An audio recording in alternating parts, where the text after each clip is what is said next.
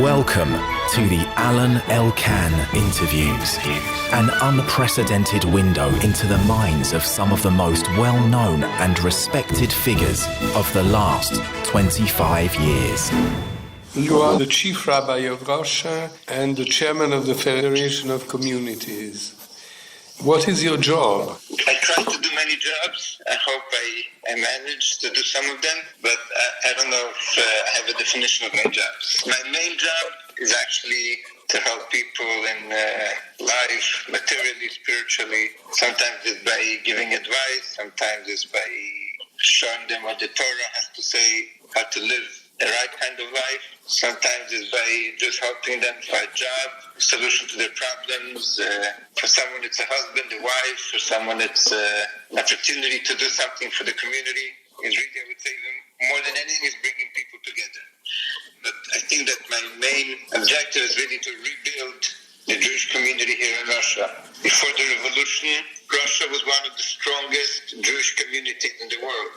Communism practically, they tried to completely destroy this community by closing synagogues, Jewish schools, forbidding any kind of Jewish activity.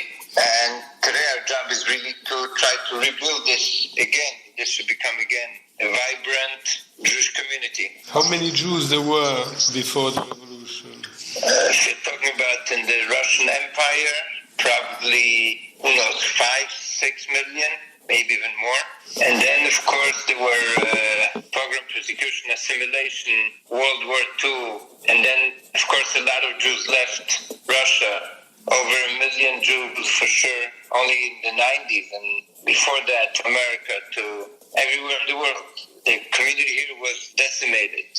We believe today that at least 1 million Jews left in Russia, and then you have the other republics, Ukraine, Pakistan, Kazakhstan, Belarus, Moldova, all these republics, at least another 500,000. But many are in Israel now. How many went to Israel? So only from the late 80s, like 88, 89, 90, 91, 92, over 1 million went to Israel. But there were many that were there before, many that went after these. So how many Russian Jews are in Israel? For sure, 1.5 million, maybe even more. And you are in contact with them? We try to be in touch with them. We have tried to establish different kind of programs for Russian-speaking Jews in Israel. But our main goal is really that they should become part of Israeli society. We don't want them to remain as Russians in Israel. We want them to be, regular Jews, like any Jews coming from anywhere in the world. So you want them to become Israelis? Right. To be part of the community. They say that when they were in Russia, they were Jews. When they came to Israel, they became Russians. We want to change the stigma.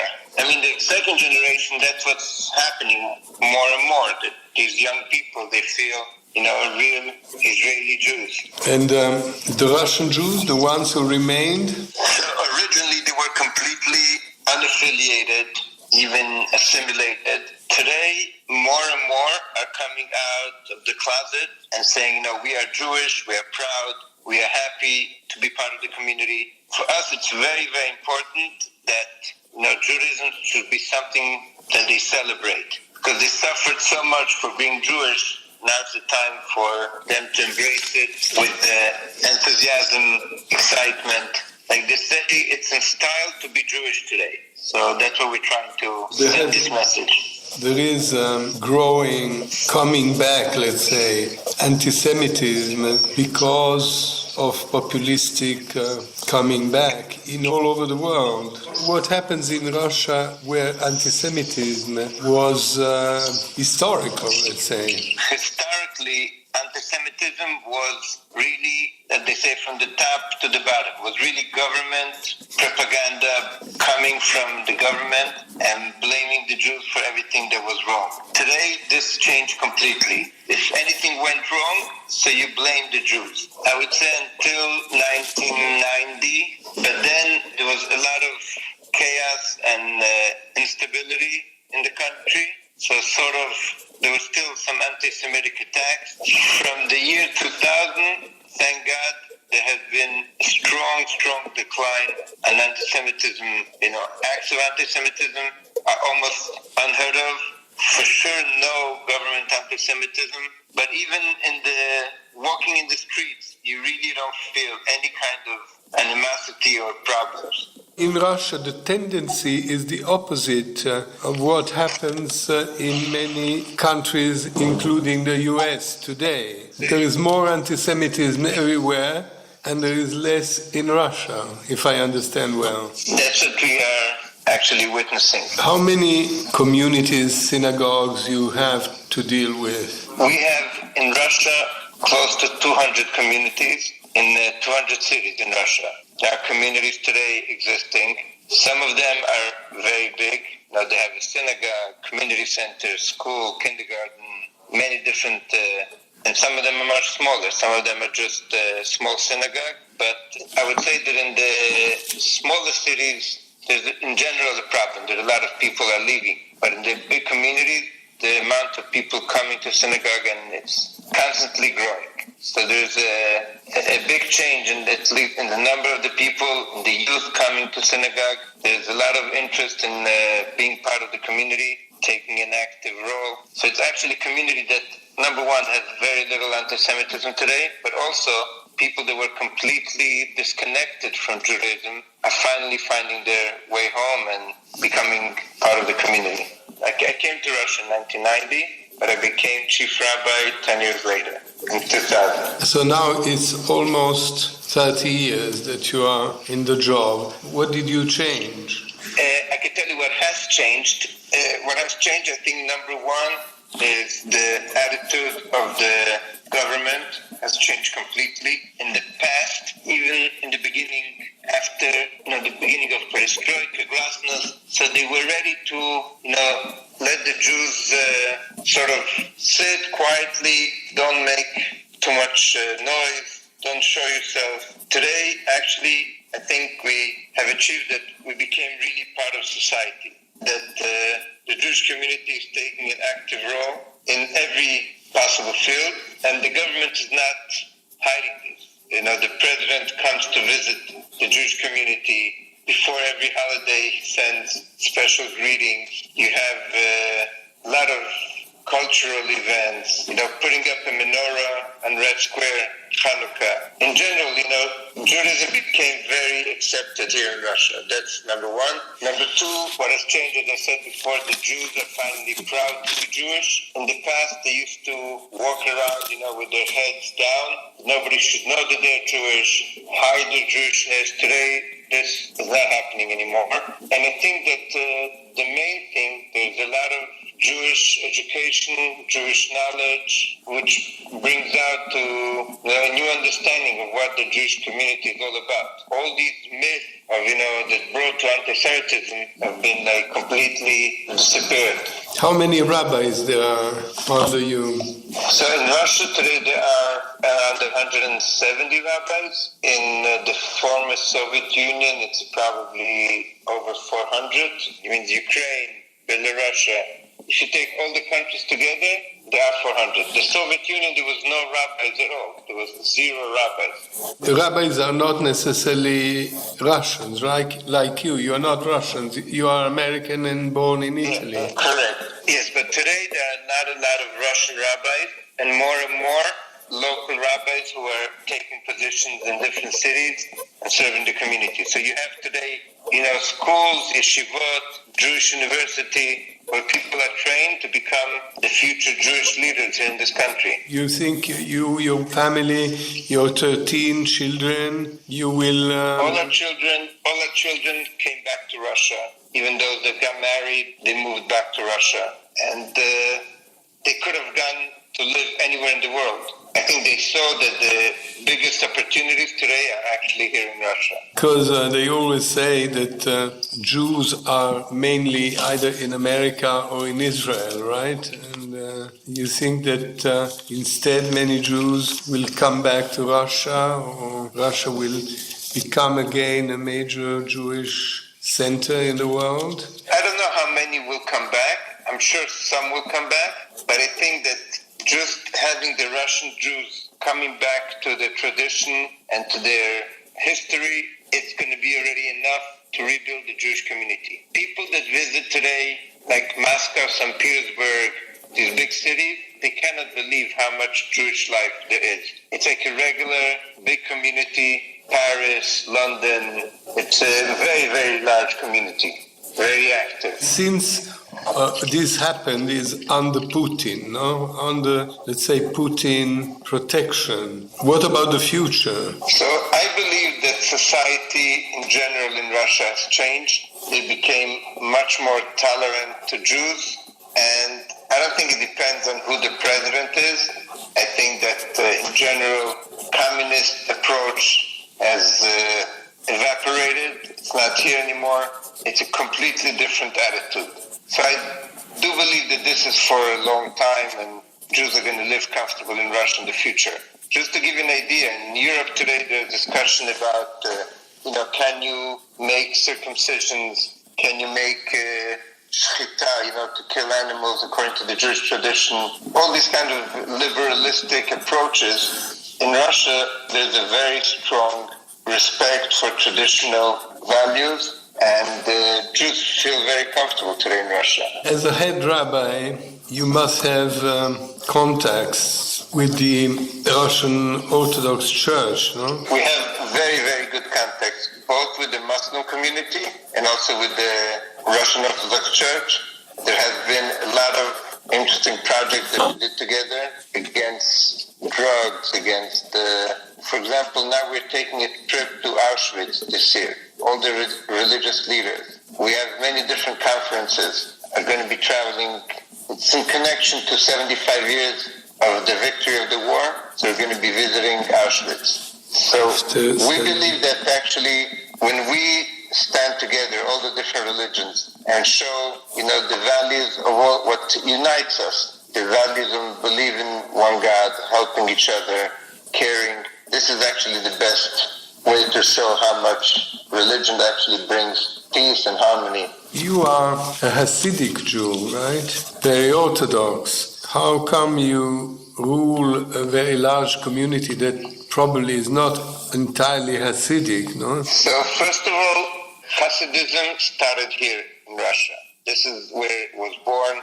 This is where it all started. Number one. Number two, it's true that not every Jew in Russia is Hasid, but I think that they do feel a strong connection to the ideology of Hasidism, to the approach, the warmth, the happiness of the Hasidic philosophy. Now, having said that, we embrace every Jew. We don't make a difference between one Jew and another Jew. We don't say this kind of Jew, that kind of Jew. For us, a Jew is a Jew is a Jew. That's all it is. And we have to be united. We have to be together.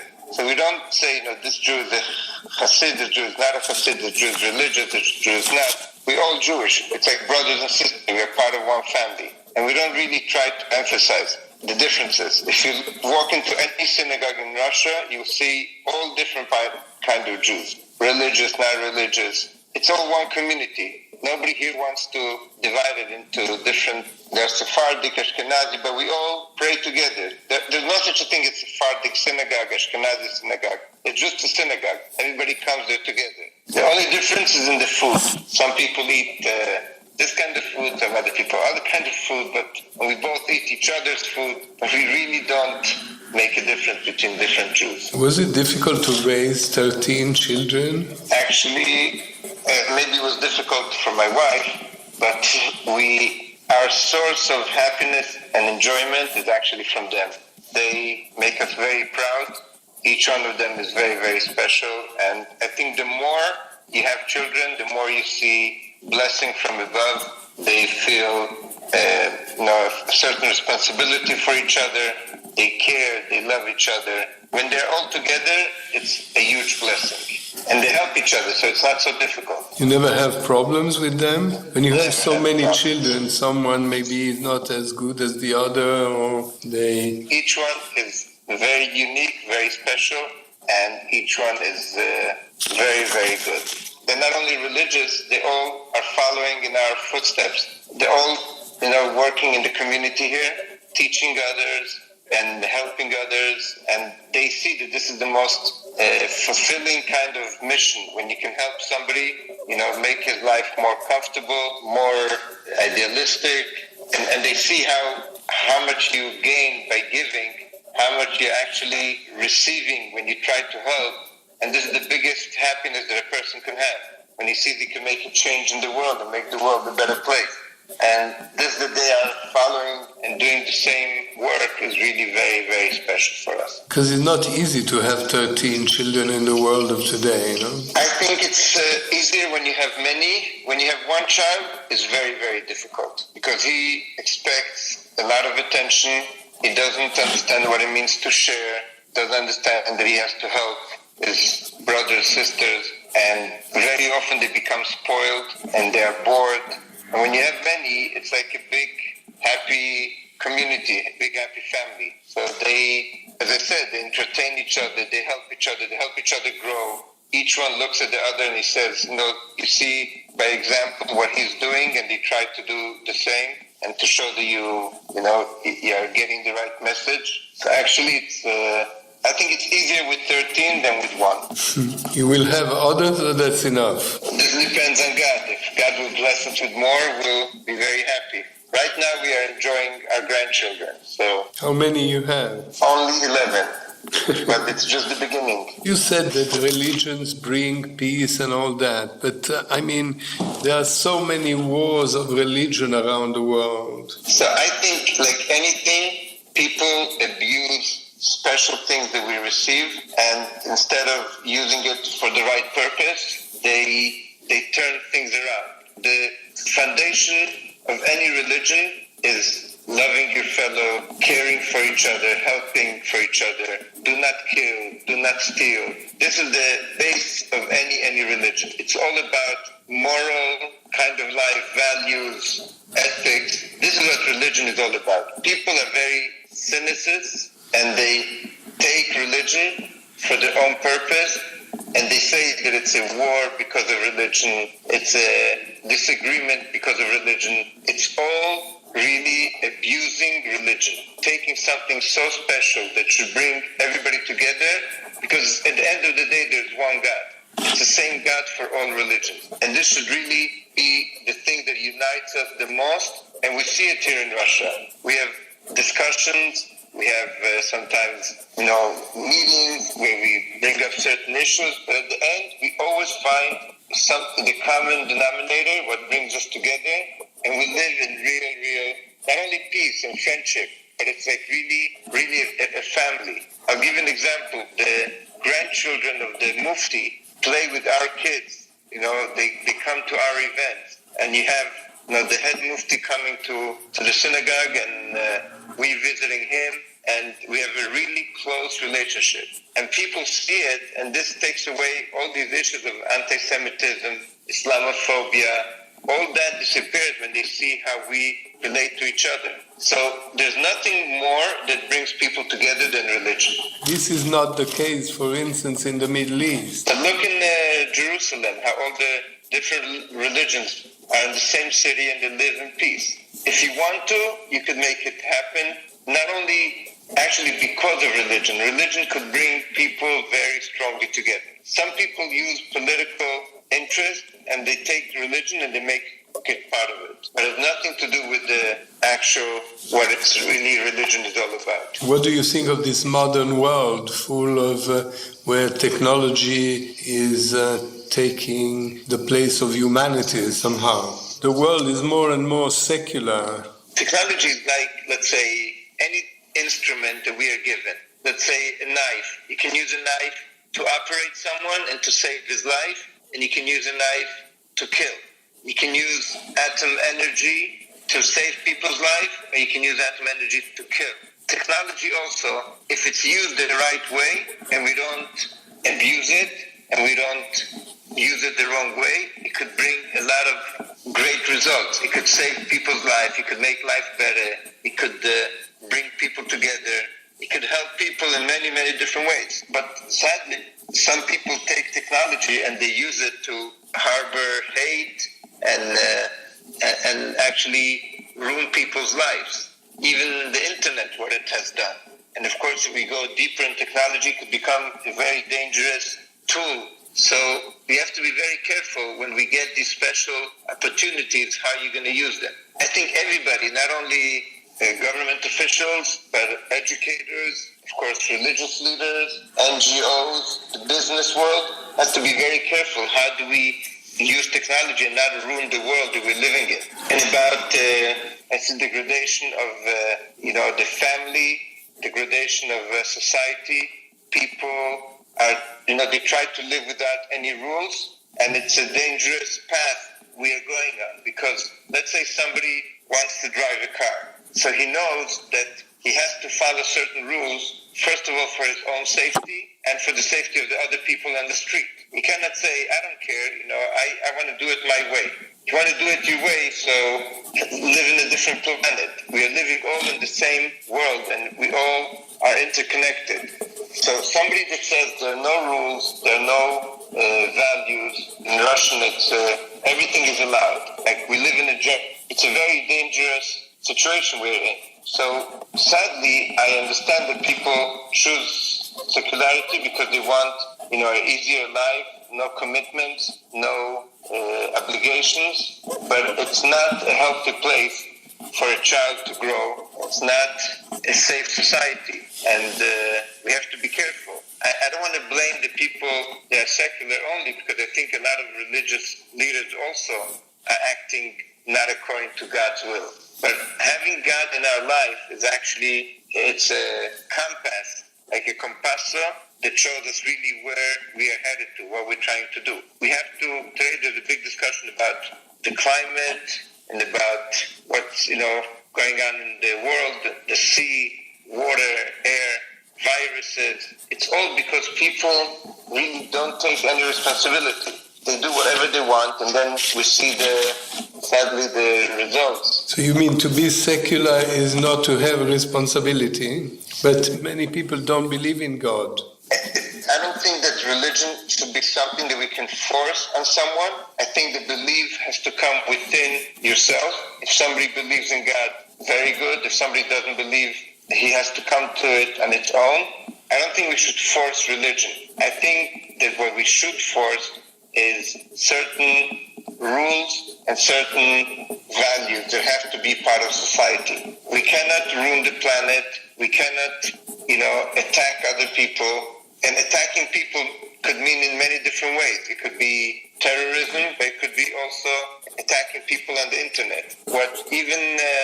You open up these forums on the internet and you see what's going on there. You see the dirt that is available today in the world, and you see different kind of expressions. This is something that I think it's ruining society. So it's all in the name of secularism, liberalism, democracy, but it's actually, I believe it's ruining a lot of issues, that a lot of parts of our life that are being hurt by this. The world will be more and more with artificial intelligence or any kind of technological things. You think all this is going to ruin the human life? I mean, one thing is religion, another thing is scientific progress, right? Even there's been inquisition from the church. There's a lot of things happening because people are looking for progress and they fear progress in the same time. I think this progress is very, very positive. We embrace any possible kind of technological advances in our life. As I said before, they can save lives. They can make our life more comfortable, better, and I don't think artificial intelligence is going to make life harder. I think it's going to make life much, much better.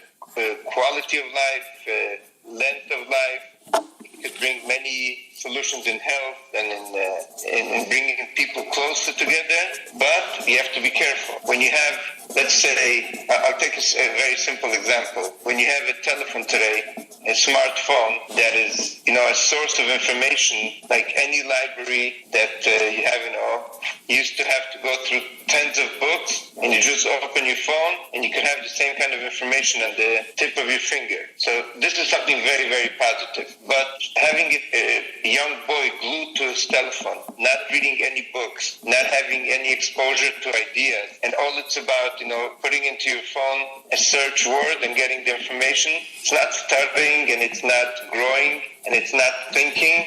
It takes away a lot of your own creativity. So, of course, technology can help a lot, but we cannot just live on technology. We cannot have artificial intelligence taking over our intelligence. If people will stop learning, we're not going to get anywhere. It's going to just be degradation. Anything that is in front of our eyes, we have to take it in the right measure and use it the right way. What are you doing as a rabbi for that? So I can tell you that when I speak to our congregation, when I teach, whether it's young boys or people in the community, I talk a lot about, being able to sometimes close your phone, look at each other in the eye, feel what's going on in another person's life, and not only talking to him over the phone, over Skype, but actually, trying to feel his soul and what's going on and what do the children today need. Parents have to be completely focused today to be able to hear their children. We live in a society of, iPhones, iPad, and everything is I, selfies.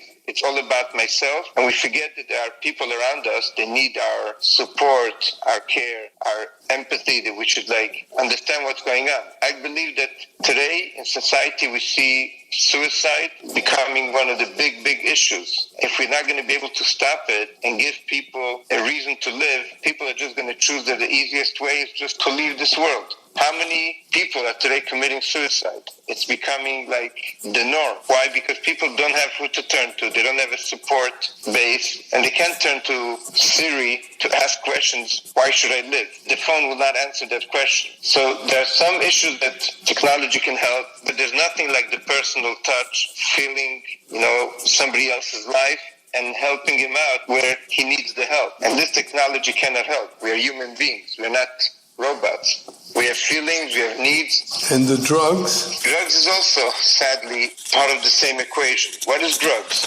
Drugs, alcohol is really people running away from reality.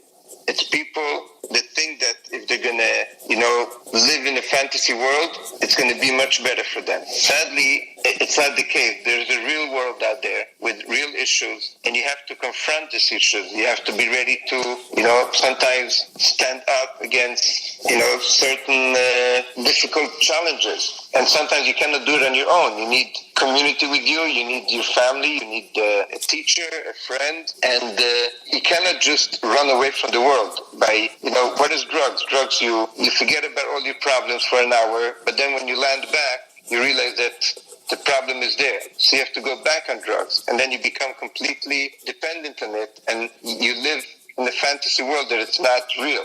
And then sadly, it becomes worse and worse until people, lose everything, lose their family, lose their job. It just cannot go on forever to live in a fantasy world. So today people live two different lives. There's the reality and there's the virtual world. Virtual world is also telephones, which became like a drug. It's leaving the family and trying to have fun outside this, this holy place. And it's all part of the same problem. You cannot live a double life. Everybody is given one life. And one day you're going to look back and say, what did they do? What did I achieve? So I think sending this message to people that you have to take responsibility. If you're going to invest, you're going to see dividends. If you're going to put in an investment, you're going to have tomorrow something back. If somebody doesn't work, you can't expect, to have a good life forever. It doesn't work that way. And sadly, today, Hollywood is trying to send a different kind of message, that you could have a life of bliss, like you mentioned, drugs, or many other different, ways of how to... Are you against the Me Too? All this kind of... No, actually, I'm not against it. I think, like anything, it could be exaggerated, and sometimes it's taken out of proportion. But I think the rights of people has to fully be there. People have to feel that society is going to protect them anywhere, in the workplace, in school, everywhere. You have another head rabbi in Russia, another man who is he your friend? Are you competing? Are you in good terms? How does it work? We are in very good terms. We are not competing for sure. First of all, I just want to give you some background. He's Rabbi Shayevich. In the time of communism, he was considered by the KGB then sort of their appointment for the Jewish community. But sadly, he never had a real Jewish education, and he never went to a Jewish school or to a yeshiva because there was none. It was impossible to get a Jewish education in those days in Russia. And he tried his best during those years, but of course his hands were tied and he wasn't able to do too much, and he had to probably, listen to what they had to say from above. But when the Soviet Union fell apart and things changed, communism disappeared, so the Jewish community felt that there was a need for there's a new reality in the ground, and you need a new kind of community. You cannot just continue with the community of the Soviet Union. So there was a conference where all the communities came together, and they decided that I should become the chief rabbi. That's more or less what happened. Of course, I didn't want to do that at that time, and I was very much against it and surprised, but they realized, now this is the kind of help that they need. Now we are very good friends. At that time, I'm sure it wasn't easy for him, but today we have a very good relationship. What is he doing now? He's already very old. He's practically in a pension. He's really not too active anymore, but he comes to different events. How is the state of Russia today altogether? I mean, they say you're a good friend of Mr. Putin, and what do you feel about Russia? Russia is going through not an easy period, especially, because of everything that's going on in the world, including, the relationship with America.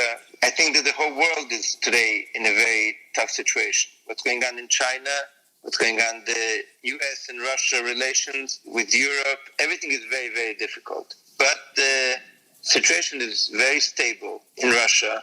Of course, we would like to see more peace in the world, more growth. Sadly, there's a lot of, misunderstanding. I believe political careers being built on not bringing countries together, but actually, getting close to a Cold War. What's going on between the U.S. and Russia, it's not good for anyone. Everybody's losing out of it. And what's going on with China, also the whole world is losing out of it. We are really at a time that some strong leader has to come and say enough of this fighting and bickering and accusing and punishing, and let's try to find a way to live together and make the world a better place. Because right now, I think that from all this big arguments, nothing good has come out of it. Like, let's say that there are today sanctions against Russia, or there's economic war against China, but we see what are the consequences, what will come out of it, and nobody's gaining out of it. We need to make the world a place where our children and grandchildren are going to live happily and safe. You are in close terms with President Putin, no? This you have to ask him. But you see him, you tell him all these things? I see him quite often, yes. I try as much as I can to let my voice be heard. I believe that he's also trying. I believe a lot of people are trying. I think today, if you look, for example, at what's going on in America, it's not the President Trump who decides a lot of things. It's a lot of different forces that's running the show and telling him what he could do, what he can't do. And the same is happening in many places in the world. I believe a lot of leaders would act differently if the world would want to find peace. Is too much money going around, or it has always been like that? I think there's too much greed going around. I think that having a lot of money is not such a problem if people will use the money wisely. But when people become jealous and people think that they're going to use the money to use power and and dictate their situation, their opinion on others, I think it's not healthy. And the same is also in a family, for example. You have sometimes couples that the husband tries to dictate what's going on in the house because he has the money. So if he would be generous and he would use the money the right way, they would live in peace. But when he starts to say, no, you have to do this because I'm the boss, because I'm bringing money at home. Money is not everything. Sometimes the wife is working even harder at home to bring up the family, and she doesn't make so much money, but she's maybe doing something even more important. So today the world became that, if you have the money, you have the power. And then, you look at how much person is making, and that's how powerful he is. The truth is sometimes you have a doctor, a professor, or somebody out there who's doing even more, but he's not making so much money, so he's not powerful. I don't think money is everything in the world. I think there are a lot of other important ideas and jobs and things happening that have nothing to do with money, but maybe they're even more important. Are you pleased with your job? Are you still pleased with so many years? I'm extremely excited with my job. Every day for me, it's a new holiday. I don't think it's a job. I think it's a real special opportunity that I was given, and I thank God every day for having given me this chance of being, first of all, connected to such a special community, special people, and in a place where I can really do whatever I feel is right in trying to change people's lives and making them a better quality, better life. Are you still linked with the other communities? Yes, for sure. Very, very close, connected with many, many different rabbis. And with Israel, of course, we are very, very closely connected. Everything that's going on. And even communities in, of course, America, Europe, but even Australia, Argentina, Brazil, South Africa. Judah is alive today? I think that sadly there's a lot of assimilation in the Jewish world. A lot of Jews don't appreciate the message of Judaism in their lives. I think people look today, sadly, as religion as something that is restricting, that it's not, it's telling them you cannot do this, you cannot eat this, you cannot go there. And the truth is that it's exactly the opposite. The whole point of Judaism is actually to give us a beautiful way of living. Even, praying to God is a very uplifting experience. It brings a person appreciation for what he has. And it gives him a focus to what he wants to achieve. For example, just keeping the Shabbat, the seventh day. It's an incredible opportunity for a family to come together, for people to think of what really is important in their lives. But people don't want any kind of rules. They want to just do whatever they want, whenever they want. Now people go out to a restaurant and they're both sitting on their phones, they're not enjoying themselves. And people don't understand that, for example, anything in religion, whether it's the kosher food is a healthy kind of food. I don't want to mention China again, but if you can eat everything and whatever you feel like, sadly you're going to have consequences. So I believe that people don't appreciate what religion is really giving a person. It's giving us a healthy life, a happy life, a meaningful life. What about Israel? Israel needs a very special blessing. I think that society in Israel, because of political reasons, society there has really lost on its message. Like there used to be a lot of patriotism, the way the Jewish people came back to their homeland and they wanted to rebuild it, and they did it all together. Today, for political reasons, you have this device that should not be there. And you see, they cannot form a government already. We're going to third election in a year. This doesn't make sense. It means that there's that they're not finding a common idea that is bringing them together. They cannot find a common language. That's dangerous? I don't think it's dangerous because people will say that this is the price you pay for democracy, but I don't think it's a healthy kind of society. I think they have to put their differences on the side and think what is best for the country and what is best for the future. I think it's very special to be there, but it's not easy. I mean, they are surrounded by enemies. That's also one of the reasons that there's so much conflict, because they see conflict around you, so then you lose touch with finding the real goals in life. So when you have to worry about your survival... What is the state of a diaspora Jew today? Russian, French, English, American, or an Israeli Jew? I mean, is there a difference? I think that if you ask me, I think that the Jewish people today are in a very interesting point in a crossroad. You have a lot of people that are, reconnecting to their tradition, whether it's culture. They're really, really getting very involved because they realize that this is what's going to keep them alive, especially in the diaspora. But a lot of people are also getting tired of, like you mentioned before, anti-Semitism and all of that. and they're rethinking, what is this all about? So I think that in a certain way, we're seeing two opposite directions, and people are going, in two ways. And it's not a healthy thing for a community. So let's say you have, take an example, French Jews. Some of them are, getting tired of what is going on. So some of them are leaving and just giving up. Some of them are going to assimilate. They're going to say, no, forget about it. Like, who needs this? Why do they need to be Jewish if it's dangerous, if it's suffering? So I think there's a lot of things going around us. I think we have to do whatever we can to come back together and be strong and not let the outside world dictate us how we should live. Thank you. Thank you. It was a pleasure speaking to you as usual.